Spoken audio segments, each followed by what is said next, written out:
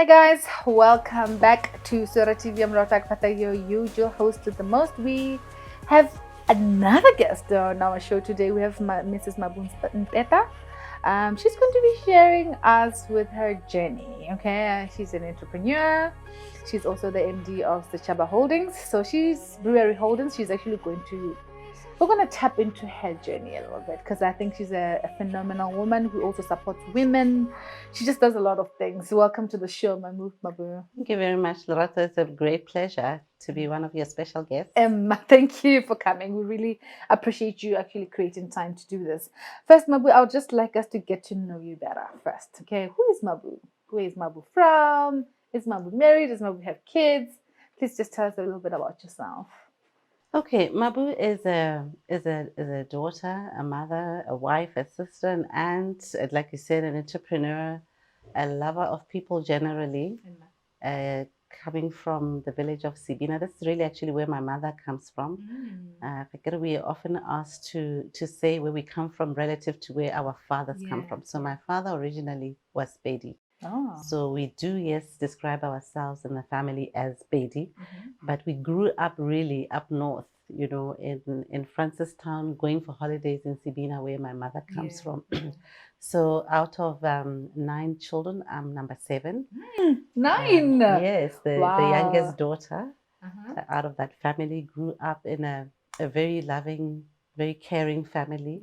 And having grown up in a situation like that, learned a lot of values around, you know, sharing, communicating. But we grew up in a home that was just filled with so much love. And I remember when I eventually also met the man of my dreams, or the love of my life. Yes. Been with him now for, I think we're doing 29 years this year. Wow, that's admirable. And been blessed with 3 children who are now adult children, by the way. So when you talk about you have any kids, I'm like, don't have kids now. I have grandkids. grown kids. Yeah. And yes, I was lucky 3 years ago, you know, to become a first-time grandma, doting one, absolutely. So yeah. Congratulations. Thank you so much. So how does your day look like? Can you just tell us about your daily habits? Well, how does your day, when you wake up in the morning, when do you get up? Well, how do you start your day? Typically, when I wake up, and I used to not open my eyes before 8, right? Okay. And I think it's just something that out of habit, I had done it. I've always defined myself as one who does not like mornings. I'm a night crawler. I love to work at night. Yes, and, we're different. Absolutely. But of late, and I think as I got into my 40s, I changed a little bit. I started waking up earlier, not necessarily getting out of bed, but opening my eyes around 6:30, and finding time to read a little bit, to say a prayer, to meditate. Your morning rituals. How's that go? How does that make you feel? It really makes me feel great, because by the time I actually do get out of bed, my mental space is really positive, because you know, I've read through the kind of things that will make me have a good day. And I know that with any given day, it can get interrupted. And when you've told yourself, I'm going to have a good day, and you encounter a situation that almost gets you off track, you know, it's not a nice thing, but you almost like tap back to your affirmation of the morning, for the day, and remind yourself that you actually have been lucky to get up in the morning. You've been, what they say, been blessed to be on the wake up list, because not everybody makes it to the wake up list. Yes, no, absolutely. So let's talk about your career journey. When did it start? When you graduated with your Bachelor of Arts? I know you graduated with your Bachelor of Arts, and you also did an MBA.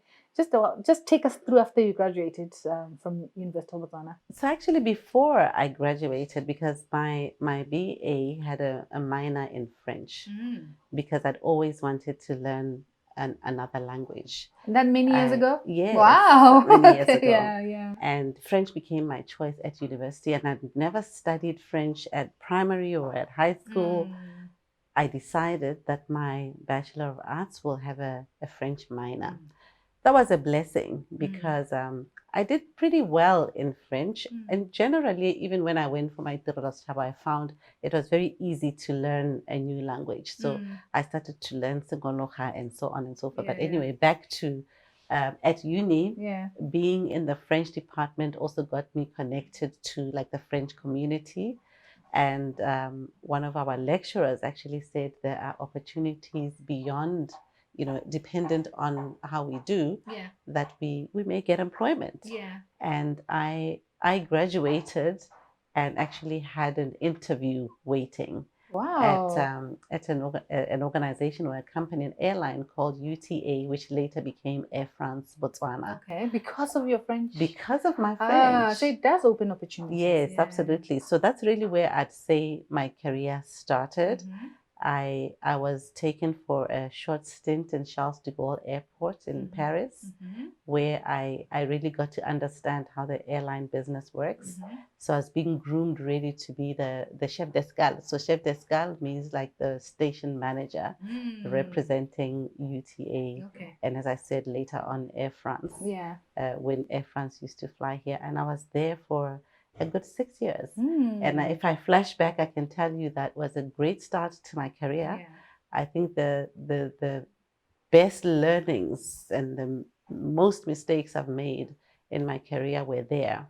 And the opportunity to travel and see the world when you're working for an airline is actually absolutely amazing. It opens your mind at a young age as well.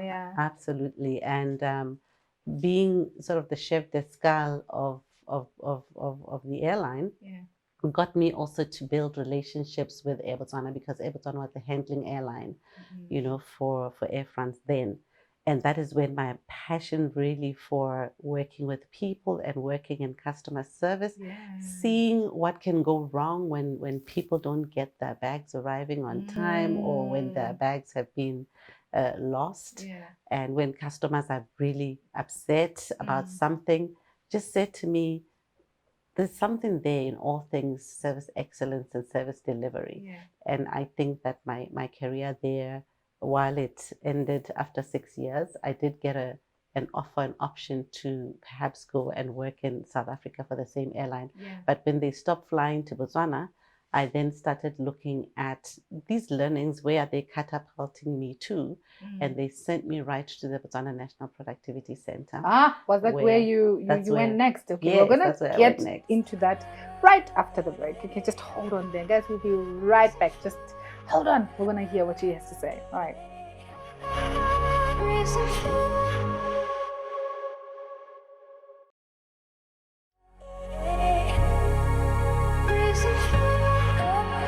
We are back. Welcome back. We're continuing our conversation with Mabu Nteta. She's continuing telling us about your journey with Air France and now into the Botswana National Productivity Center. Please continue with where you left with that. Yeah, so the Botswana National Productivity Center found me working in the space of service excellence. Obviously, you get in there, you really are groomed to be a management consultant, a holistic one. But my greatest interest within the realm of productivity was in customer service and service excellence. And obviously, I think with the backdrop of the Air France experience, I realized that there's a huge gap, in all things service excellence culture in our country. And having traveled and made comparisons and so on, I sought to be one of the people that makes a difference in that area. So I became what is called a quality service consultant at the BNPC. And I was there while also, raising a young family, in a fairly young marriage, but absolutely enjoyed the growth that I got there. And I believe that, where I am in terms of being an entrepreneur, the seeds were sown at the Productivity Center. And I'm forever grateful, not just to the center, but to the people that I know, I rode on their shoulders. I remember Rasetswaelo is one person who groomed you. I know he absolutely groomed me. Yeah, absolutely. So I want us to talk about SBC, Service Bridges Consulting. This is your business? Yes. That you started. This is my first love in all your first love. Yes.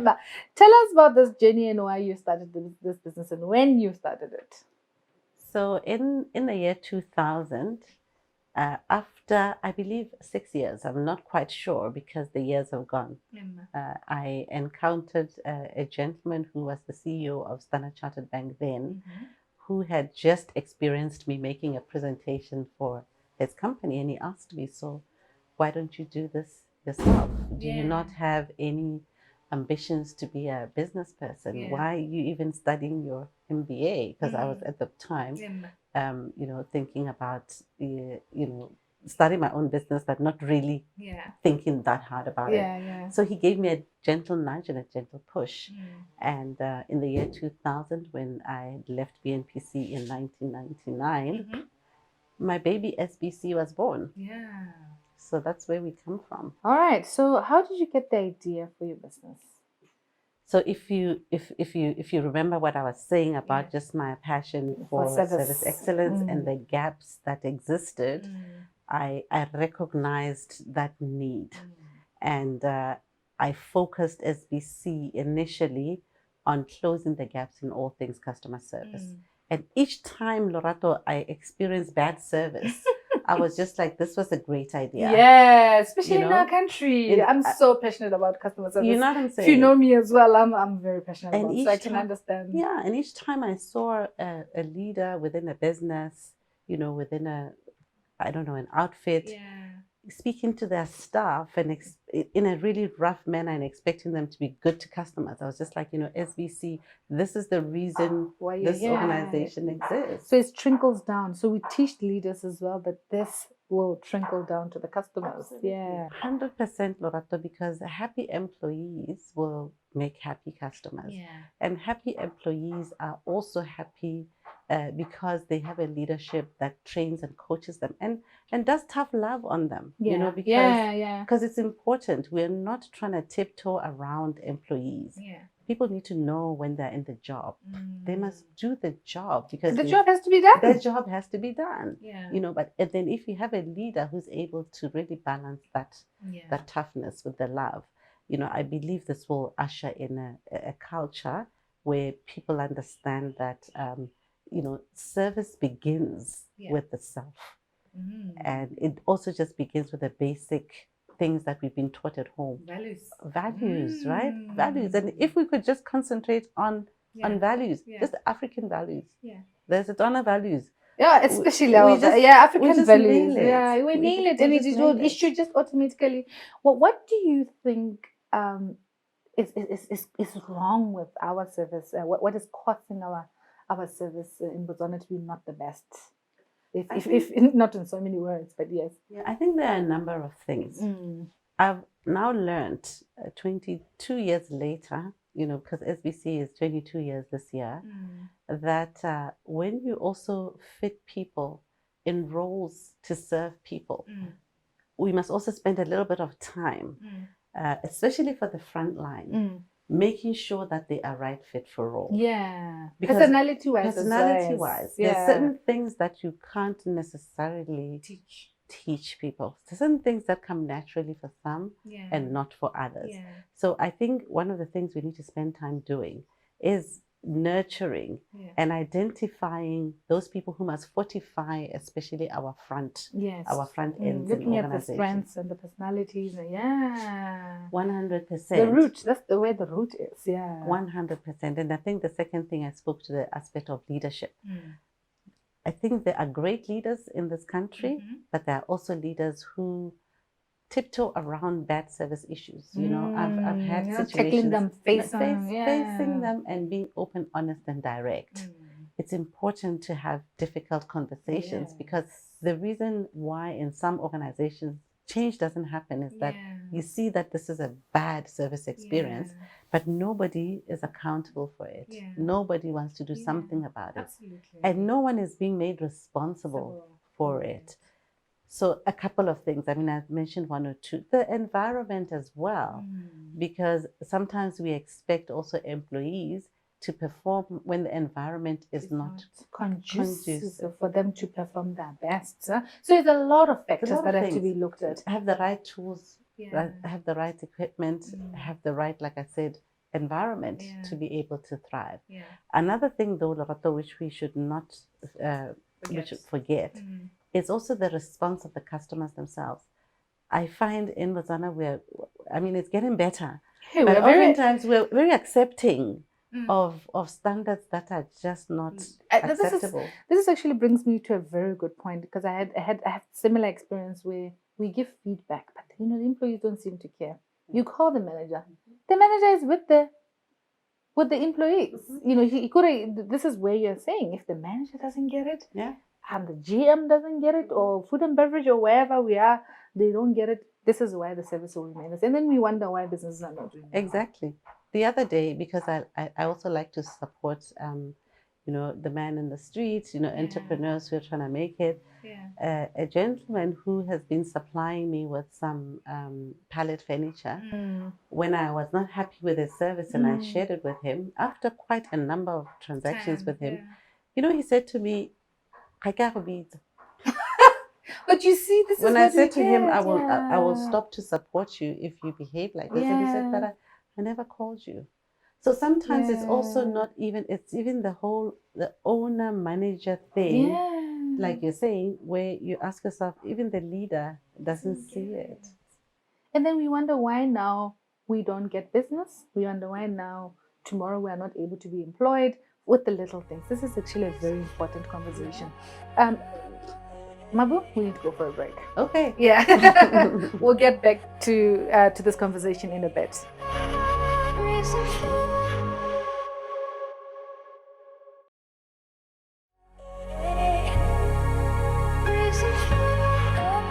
Welcome back with our conversation with Mabu. Remember, we have Mabu Nteta in the studio today. We are going just deep into our conversation about service, Bridges Consulting, and her business and her line of business about service.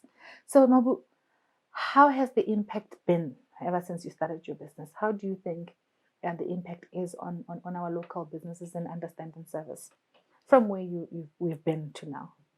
I think one of the good things is that we have more players now as well in the space of service partners, because we can never ever have just one organization being the one that is driving the whole culture change. Yes. So we've got the BNPCs, you've got the SBCs, and there's a lot more organizations that are coming up, and I think this is a good sign that the gaps are going to be filled.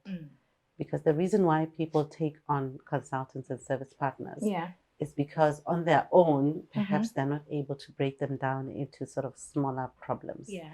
So I think in that way, the industry is growing, right?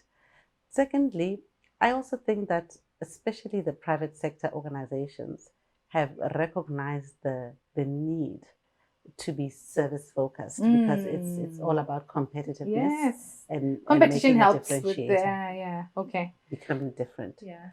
I see some government departments that are still left behind.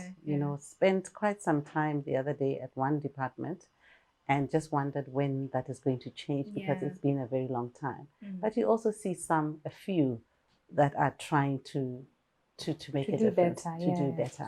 Yeah. So what do you enjoy most about being an entrepreneur, particularly in the space of consulting? I think it's flexibility. I think it's being a lifelong learner, because you can never ever say you know it all. Yeah. I think it's also the opportunity to come up with new ideas. Yeah. And sometimes fail at those ideas and try something else. Yeah, and it's okay to fail. And it's okay to fail, because you just see the lessons in that failure. I also just enjoy the freedom to explore ideas and not necessarily be stopped by anybody because I report to them, or the freedom, the boundaries. Yeah. But also just the pleasure of seeing change and seeing impact much quicker, and also that you're filling in a gap. Yeah. And that your shower ideas, because I get a lot of ideas in the shower. I can relate with that. Yes, the shower, or during that cup of coffee in the morning, you're like, you are free to explore them. And when you close the gap and it works, it's very fulfilling. Absolutely. Not having to ask permission to implement, basically. And also the ability also to create employment. Yeah. Because I think I tell my children as much as possible, when you leave school, see how you can employ yourself. Yeah. And then you can also maybe employ others as well. Yeah. So to also make a difference in society is a good thing when you're an entrepreneur. Yeah. And just the networking and the relationships that you build, the value that you create, you know, and being able to get results through people. Because I always say, as consultants, we actually are not the ones who do the work. It's actually the client that does their own change. Absolutely. And, That's you are just there to be that broker and to be that encourager and to be the one that gives them the tools. Absolutely. What have been your wins, in your opinion?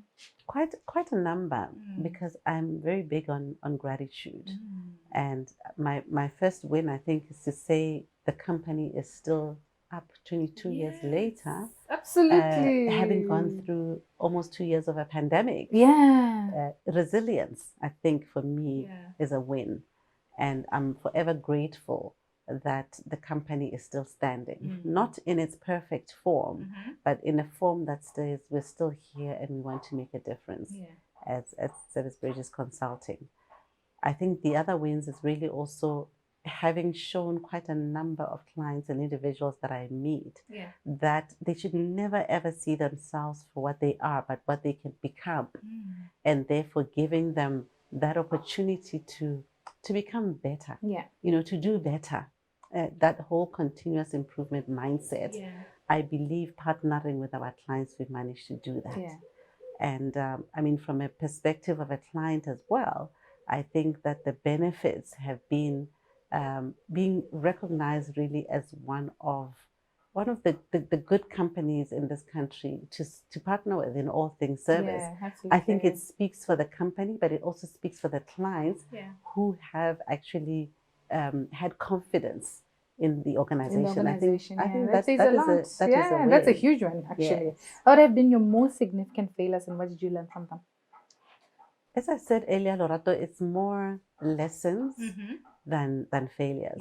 I know in the beginning when I started the business, I probably wanted to scale too quickly. You know, when you're a small business, you want to do everything and you want to be all things to all people, and you have, you know, especially when you're starting. And then you realize that, you've also been looking a lot more at revenue and not profit. So I learned later in the business, you know, as much as I have an MBA, I think I focused a lot more on I'm getting the clients, I'm getting new business, and I'm doing, I think, a good job in partnering with my clients. And at some point, you know, you've got to be looking at, but is this a profitable business?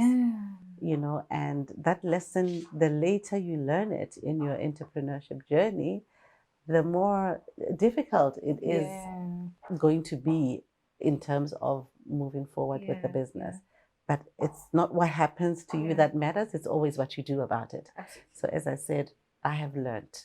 I've also learned that you also can't be all things to all people. And therefore, I've learned that if you want to do too many things, you don't necessarily succeed at all of them. But you want to focus also on the ones that but also that have the greatest impact in the shortest amount of time, and also enable you as well to generate some income. So being strategic, basically. Absolutely. I mean, maybe you have extensive experience in corporate governance and leadership. According to you, what are the most critical ethical issues in business today? Besides customer service. Well, there are quite a number of them, Lorato. I usually look at workplace diversity, and I think right now that's very topical. We need to be focusing on ensuring that there is no discrimination in any way in business today. Secondly, I think doing business that is above board. You know, for me, a deal breaker is if anybody wants to take shortcuts in whatever way, whether it's with the numbers, with the finances, or with wanting to exchange favors that are inappropriate. there's a lot at the moment of corporate bullying. Yeah. And this is very common. It's very, very common. And these are things that we need to be very, very mindful of, in all things. Especially ethics. as leaders, isn't it? Yeah. As leaders, we need to ensure that we curb these. Yeah. I think social media is also coming out as well as a critical area in all things ethics. Sometimes you find, Lorato, your social media page is being used against you at work because you are looked at as, oh, this person, this is what they're doing in their personal life. Yeah. There's a fine line there. You've got to have your privacy. But I've heard a number of young people say they get discriminated at, in the workplace because of their social media behavior. And I agree that wherever it is, you have to be values driven. Yeah. And you have to protect your character, Yes, and you have to make sure that you are putting your best foot forward. Yeah. But I think we should understand that social media is here. And that it's not always a judge of character. Bad thing and a judge of character. So just some of those things that I do believe we need to be thinking about. I mean, in all things governance, we want to also make sure that, business is conducted in the right way. People are recruited, based on merit, and that there's as little nepotism as possible. And that the people who are in positions of influence are there because they earned the position. That, like I said, I could go on and on and on about all things, processes and procedures that are governance related. Basically, what you're saying is, as leaders, so whatever in the business community, we need to evolve with the way things are going. We have the latest generation; they are on social media, but it doesn't necessarily mean we have to judge them on their work as well, or it needs to affect them on their workplace. So it brings me to the next question that I think I'm going to be asking each leader that I interview. The latest generation, and I know they're challenging a lot of leaders right now. They're on the phones, they don't want to work apparently. So, but these are the children we have that they have to work for us. How can you advise leaders on how to handle this latest generation and the way that they do things? I think as much as I like to speak about conscious parenting, I think there has to be conscious leadership as well. Now, there's a bit of a change that we all need to recognize. I mean, for me, being over 50 with adult children, also who are of the current generation that you're talking about, I've learned to be a lot more conscious about how I raise them. And therefore, I think even in the workplace, leaders need to be more conscious about this generation. Now, being conscious is not about creating a generation that did things the way we did them, or raising children in the way that we were raised. It's about understanding that it is a different generation. And in many aspects, to be honest with you, I think they are a better generation. You think so? I think so, because they're a lot more, many of them are a lot more open about their feelings, and they're a lot more pushing back. Before you would do as you're told, no matter what it was. Listen to your boss. Go and study law. And you hate law. Nowadays they're like, no, instead of studying law, I want to play football. So I want to play the piano. I want to play the piano. So I think we need to understand that while the world is evolving, we can't stand still in this we also need to evolve. Yes, we do. The second thing is when you are raising children, I always say it starts at the home. Conscious parenting is about getting to know who your child is becoming, as opposed to you necessarily wanting them to become what you want them to become. They're not mini us's, right? So in fact, it's time now that we get into learning mode. So as parents, who is this generation? And I think they're the ones that are, by the way, going to change the world. I have had the pleasure of working with young people who want to work. They just don't want to be forced to work on things that they are not interested in. Absolutely. And the way that we want to do things. And to generalize and say young people are lazy, they don't want to work. I think it's just like adults. They're lazy adults who don't want to work. And when we are leaders in organizations, we need to know what is the highest order of the people that are working with us. And make sure we capitalize on their strengths. And also learn a lot, because you know what, we're not going to be there in the workplace in the next 10 or so years. And this will be the generation that is driving the economy. Absolutely. And therefore, we have to work with them. And understand them. And Yeah. include them. And not exploit them. Yeah. I think there's a lot of exploitation that is happening as well. Yes. And as leaders, there needs to be an understanding that it's not fair practice actually to do that. Yeah. Our young people need jobs. Every day I'm on the phone with other leaders and saying, I have a lot of young people who want to work. Yeah, give them a chance. Give them a chance. Yeah. Give them a chance. I'm happy that we also now are having flexible working conditions thanks to COVID. Yes, thank COVID. Yes. Because there are some young people who work better away from a formal environment. Absolutely. And at home and so on. Chase results and targets. Don't just chase time. Don't chase whether they're here or micromanaging them. They're getting the job done. I think that is important. That is what's important. But we just need to, I think, educate ourselves a lot more about this generation and judge less. Yeah. We're there to advise and to give our experience and so on. But we need to really learn how they are going to change the world. Yes, because they're not going anywhere. We are the ones going somewhere. I mean, we are the ones extincting, basically, going extinct. So we need to include them and actually guide them. Absolutely. And we need to make space. Let's make space for young people. Yeah, and find out how to guide them. If they're pushing back, educate yourself. Ask them, okay, what's the best way for me to get you to do the job? What do you think? I want to work from home. Okay, go work from home.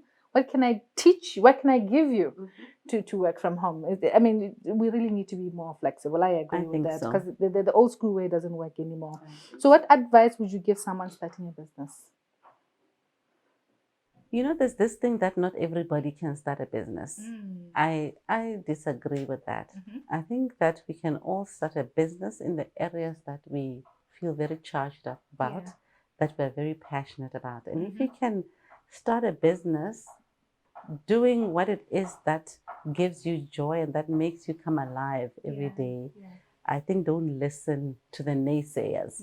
That's the first thing, because usually when someone shares an idea about a business, they already get shut down. True. People want to, they put their fears on you. Yeah, they do. So I think feel the fear and take the risk, as long as it's something that you are really passionate about, and that there's a gap that you are trying to close. Okay. Sometimes we do the same businesses. Yeah. And I guess in an entrepreneurship journey where we are all learning, we might find ourselves doing the same things. And I think it is okay. Let's let people, maybe your business will do better than the other, but don't also get shut down because you're told, hey, the market is saturated and all of that. I think take a risk. And if you find, yes, it is actually saturated and you can't differentiate yourself, failure, as they say, is not the end. You get up one more time. It's a lesson. Failure is the staying down and saying, oh, I should have listened to people. That's the failure. Yeah. So otherwise it's a lesson. Yeah. So I'd say please just go for it. If you feel goosebumps, you think about your business idea, do it. And if it doesn't work out, try something else. And it's always something. Yeah, all right. Yeah. So now that you're running Sechaba Brewery Holdings, who is running SBC? How is SBC going on its own right now? Same person. Same person. Okay. So I was fortunate enough to have a retainer contract with Sechaba Brewery Holdings Limited. And I'm able to integrate the two. The two, yes. Of course, there's challenges sometimes of balance, because with Sechaba, it's a new industry. And one of the reasons why I actually took on the offer was because, when you've learned quite a lot of things, sometimes you want to just go into something different. Just to challenge yourself. Check yourself out. Just to challenge yourself a little bit. And also to see whether you can apply, your life journey learnings, to something really different. Yeah. So it's been a pleasure, to serve the Sechaba board. Yes. And I do believe that, my experience and what it is that the board of Sechaba requires really, really do complement one another. And I look forward to being in this role at least for a while. Yeah. What's your current read? I'm rereading, Lorato. What are you rereading? I'm rereading For One More Day. It's a book by Mitch Albom.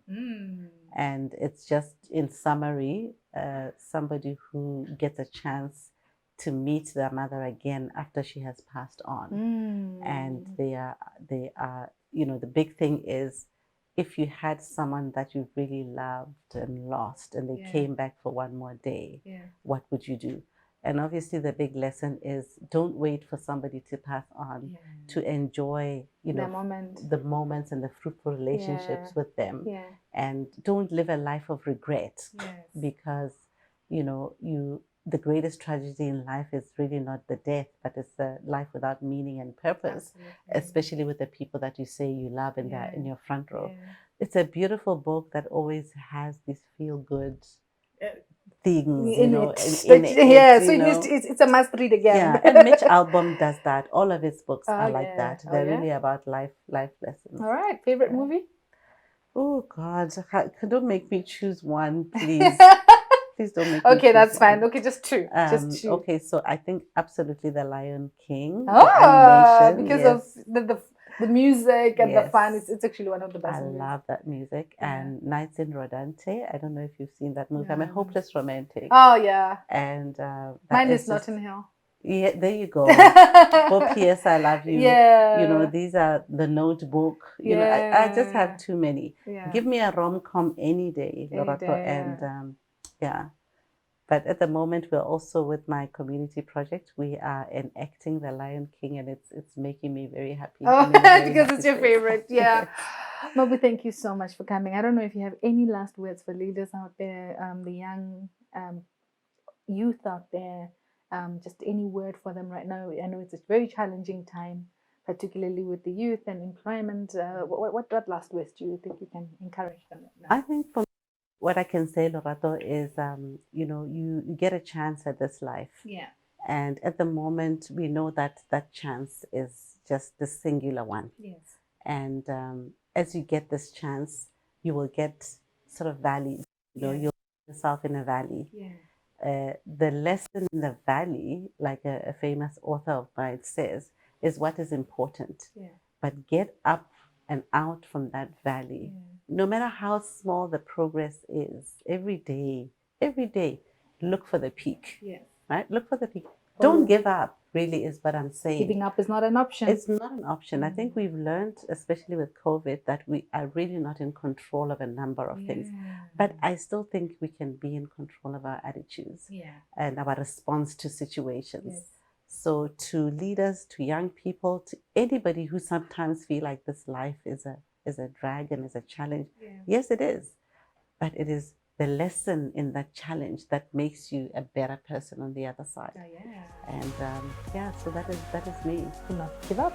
Don't give up. Because when you give up, definitely nothing will happen. Nothing. Yeah. Thank you so much for coming and gracing us with your presence. It's been a pleasure. I've enjoyed it. I'm pretty sure we'll have another interview. I think there's more to learn in this. Okay, thank you guys. I hope you enjoyed our conversation with Mabu Nteta today. Bye for now.